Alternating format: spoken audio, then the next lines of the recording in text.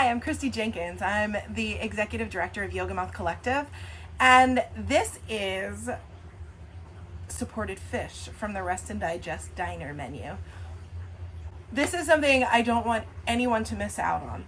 It is for everybody, and I am going to go through, you see I have my pile of favorite props. If you were in a yoga studio, this is a really common posture that you would do. Right here, you have short pecs, your short pectoralis, your pectoralis minor, and it goes from here to here. And when we sit at a desk, in a car, in front of a phone, we're hunched. If you can slightly notice, there's internal rotation of my shoulders. So what happens here in this posture is that the muscles in the middle of my back and the back of my neck start to lengthen because they have to stretch as my shoulders roll. And if they had little fingers, they are like gripping on the edge of a mountain, like they are on a cliff, hanging on for dear life to maintain stability, because what they really want to be is here, back and down, ribs in, tailbone pressing in toward the floor, crown of the head lifting up, and you're in this strong, straight seat. And that's the first initial posture for supported fish that you want to find. You're going to bring your feet flat on the ground, knees at a 90-degree angle, roll the rib cage back, zip it up over your hips, slide it back. If there's a back of your chair, if you can lean up against a wall, find that place where the top of your head lifts, your tailbone drops, your core is slightly engaged. It's a challenge, but this is the strong, straight posture that we're looking for to check back into. If you could check back into this posture every 30 minutes of sitting, you'd be on a pretty good path to building better posture alignment and body awareness. In 6 to 8 weeks, you could find some pretty significant differences just with this seat alone. But most of us are already past the point of where we can just immediately rehab our shoulders by sitting up straight. We have a hunch, and our couches suck us in, our car seats suck us in, our posture with phones suck us in. So there's really a lot of rehab we have to do all day long to counter the effects of this snap forward.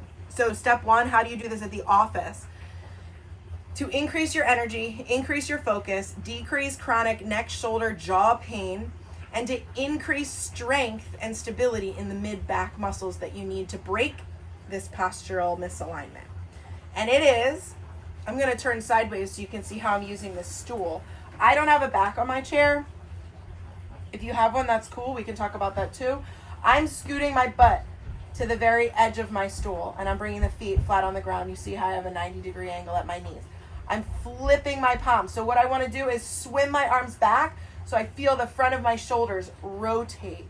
And I can feel it with my hand. You can feel, flip your palm back and forward, back and forward. Notice back is internal rotation when your shoulder rolls in. That shortens those pec muscles that we started with. Externally rotating, you may feel a stretch already. That's indication you're probably pretty tight. So this external rotation is where we want to start. If you have a back on your chair, you can reach back and grab the back of the chair with both hands and start just pulling the shoulder blades together, dropping the shoulder blades down and away from your ears like you're tucking them into your back pocket, and pressing your chest forward with a big inhale. And then exhale, you can let go of some of the tension and release back into more of a straight, strong seat. I'm going to grab the back of my chair, or I can even grab the sides. If I want to increase this stretch, I'm sliding my legs out, sliding my bottom to the edge of the seat, pulling my shoulder blades in and down. You can see I'm arching, but I'm focusing on pulling my shoulder blades together and then dropping my shoulders away from my ears. I'm going to gently curve my chin up, and that can be from any direction. So the more intense, you can slide those legs out. Less intense, you bring yourself more into seated on the chair. You're in control of this experience.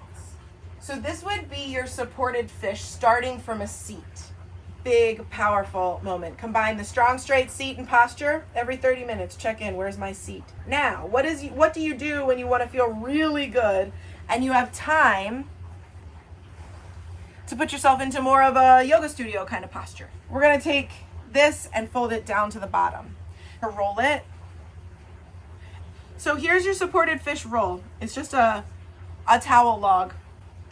And the way this is going to work is I'm going to bring my body, so my tailbone, it's almost like right at the top of your butt crack, that you're going to bring this block or prop. And then you'll lay back. So this is all the way down my spine. I'm aligning it down my spine, and then I'm bringing my arms out into a T shape. Right now, this is too tender on my lower back. I'm going to bring my feet here, but my butt is on the ground. So this prop is right in the lowest curve of my back. My arms are out. My chin is up. And I have the towel itself directly in between my shoulder blades. My shoulder blades are hooking around the towel. For some of us, this might be exactly what we need because it's not too high. Ways to adapt this. A bigger arch for me, I love these, I think they're called boyfriend pillows. Now, I have this under my back, and I can bring my arms up, and I can let my head fall down, or I can bring another pillow to support underneath my head to catch my neck. And this is a buckwheat pillow. I got it H Mart. This is already in that cylinder shape, and it's squishable, but it still has integrity. So again, I can lay down on this. A foam roller would work the same way for you. This is a boppy pillow. It's a pillow that was just like old and gross and stained and washed a million times and never looks clean, and the fluff is all weird and dead. So I shoved it in here so it has a lot of flexibility. And this pillow is here. It's great for around your back to sleep here, to prop, to bring this under.